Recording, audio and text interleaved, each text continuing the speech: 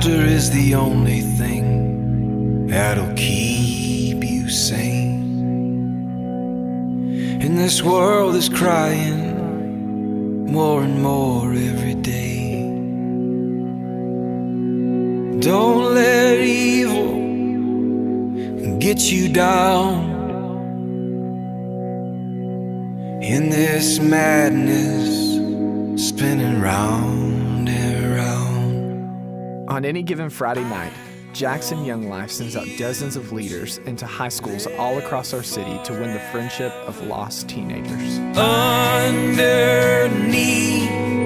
the sky so blue. As long as high school kids in our city mill around at ball games looking for love in all the wrong places. As long as they desperately seek an identity based on the opinions of friends and reputation. As long as high school kids limp through the stands, broken by family strife, enslaved by drugs, alcohol, and sex.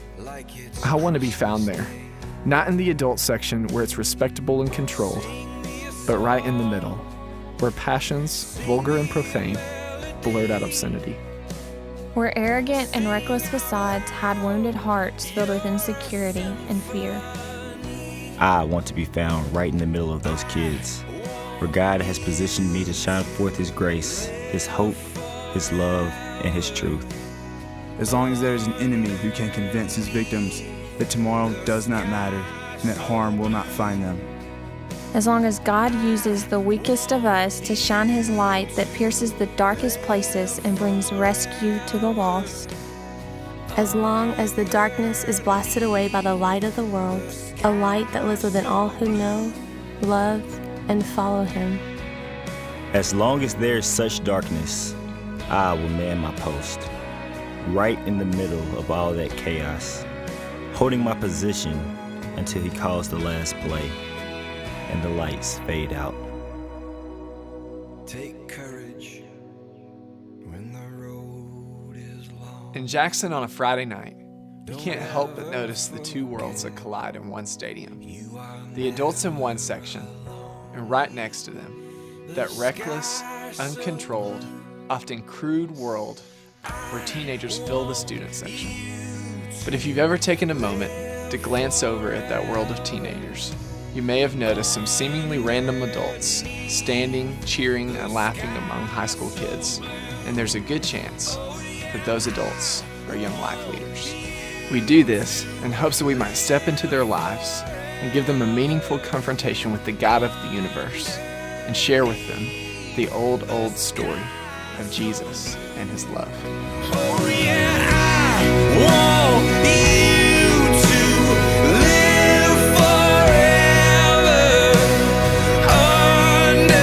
underneath the sky so blue. As Young Life leaders, we journey to the high school to fulfill the Great Commission, knowing that teenagers are lonely and hurting, and that like Jesus, we can learn their names and become their friends. And it's not just at football games, it's throughout the week. It's at the lunch table, at the Young Life house playing basketball, Buffalo Wild Wings watching college football, small group Bible studies, the list goes on. Anywhere where teenagers are, you can find a Young Life leader there. And we want to be there, right in the middle of all that chaos. Every time a leader shows up at the game, two worlds collide. Light collides with darkness, joy with sadness, and life with death. That is the privilege we have as Young Life leaders here in Jackson, that we get to love hurting teenagers and be a part of their story. And as Jesus grabs their hearts, we get to watch them pass from death to life. And it is worth every penny that we spend, every ounce of time and energy that we give, because kids' lives are being changed for eternity.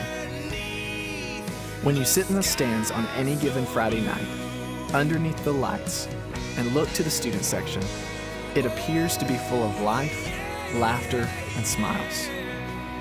But when the lights go down and the laughter fades and all the masks are put away, the real stories emerge. Broken families, hurtful friendships, innocence lost, kids left feeling abandoned and alone. It is in this lonely place where a young life leader's friendship becomes authentic. Trust is won, and teenagers discover that they are not alone. God has not left us alone.